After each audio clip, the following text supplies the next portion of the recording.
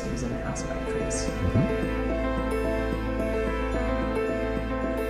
So it's to do with a man who comes home after being away for a very long time for his father's funeral, and his attempts to try to repair a family that seems to have been broken.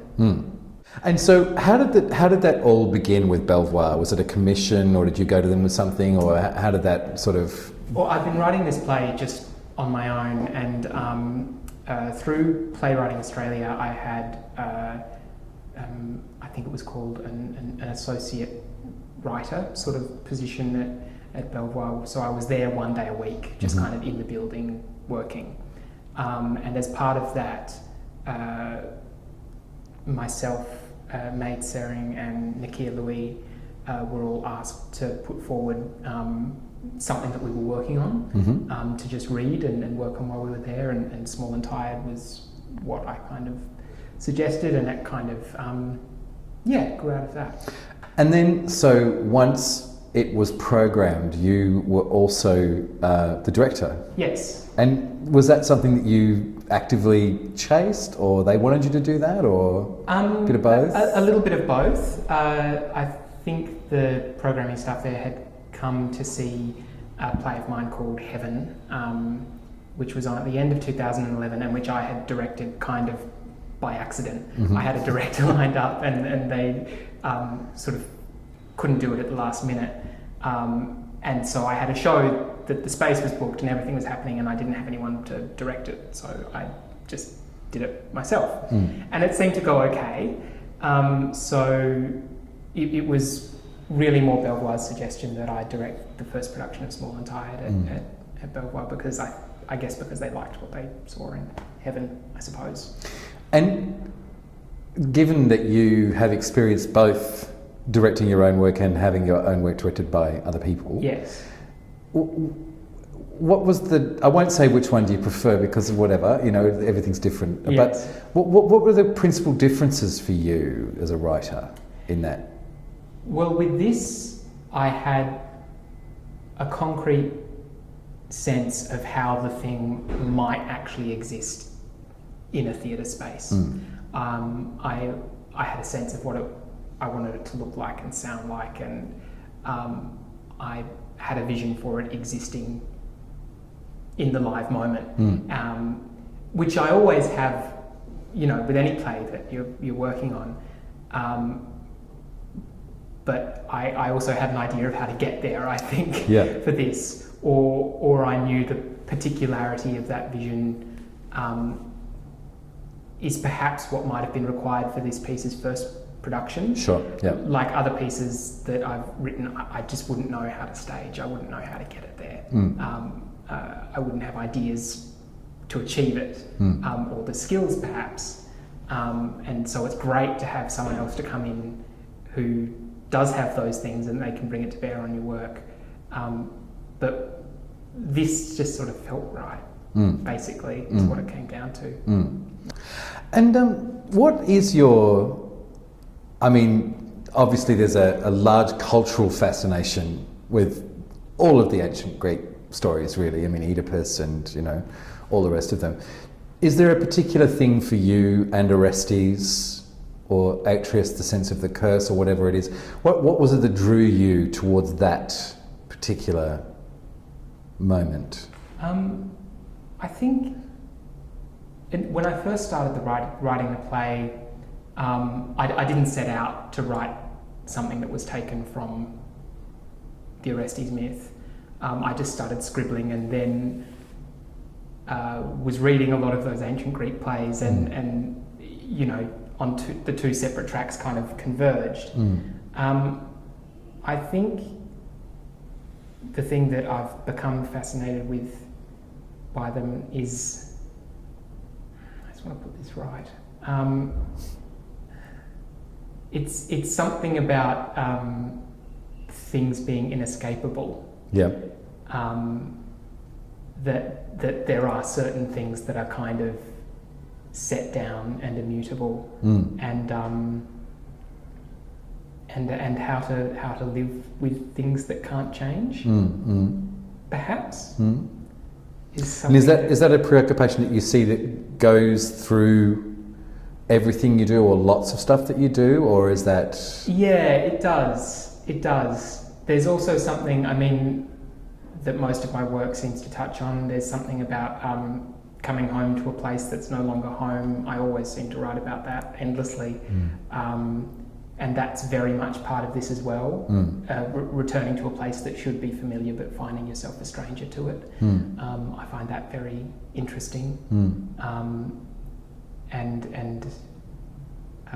Yeah, I think that's a common preoccupation. And what about the family idea in it? I mean, you come from in theatrical circles, quite a famous family, actually. You know, Sure. Your brother runs State Theatre. Your other brother Torben is he's a producer, and your father is a producer, and your mother is a playwright, and all of this stuff. Does that speak in any way to this? So I've heard your family described as the Brookman dynasty.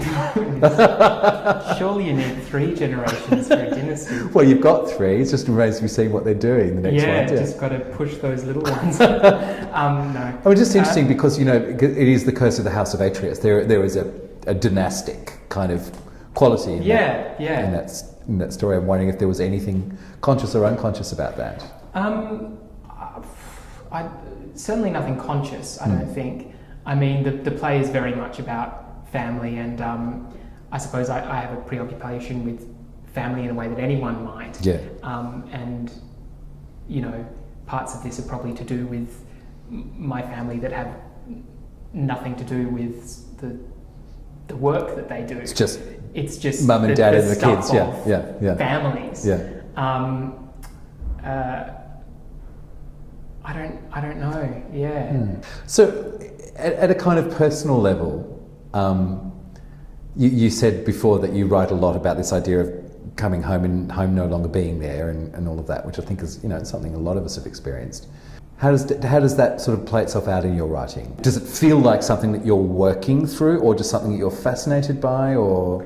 I think it's that. I think it's that classic thing. Maybe I am working through it. I'm not sure, but there's that thing that I think it's Rilke says: turn to your childhood, turn to your past. In Letters to a Young Poet.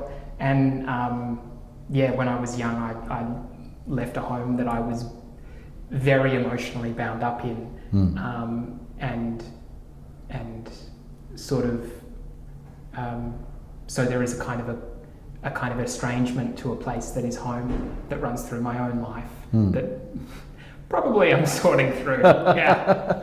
Well, as I say, I mean, I think it is pretty common, right? Yeah. It's an old story. Yeah. It's also the kind of the dividing line between childhood and adulthood, which I find very interesting as well. Where that sits, a personal world and the wider world. At what point do people kind of engage with that or undergo that shift? So you mean how you actually emotionally leave home? Do you mean? Is that what you're saying? Yeah. How do you be a person in the world? Independent. Independent. Yeah. Yeah. Because Orestes in your version, as indeed in the original Greek, Orestes is a very realised person in a sense. Like he feels like a very whole, kind of strong, macho kind of force. Yeah. Walking into a relatively shattered world. There's a bit of a air of the prodigal son around it. Would you agree with that? Yeah, I guess he's been removed from it. He's sort of all of the, certainly in the originals, he was sent away from the home when he was a baby. He's grown up knowing such a small portion of the quite cataclysmic events that the family have undergone. And so he's able to come back seeming to be a more together, more whole, less damaged individual, I suppose. But there are certain other things that being excluded from all that, he's still indelibly marked in some way because of that exclusion. He kind of comes back with a very clear purpose, but I don't think he quite understands what the past has actually done to him. Mm-hmm. Mm-hmm. And is that again, is that a kind of a theme for you, or is that a new thing in this play, or? I think that's kind of particular to this play. Mm-hmm. Kind of the idea of alternate versions of history and people trying to find where the truth kind of sits on that spectrum of other people's versions of the past. Yeah, or if there is a truth. Well, yes, an objective truth. Yeah.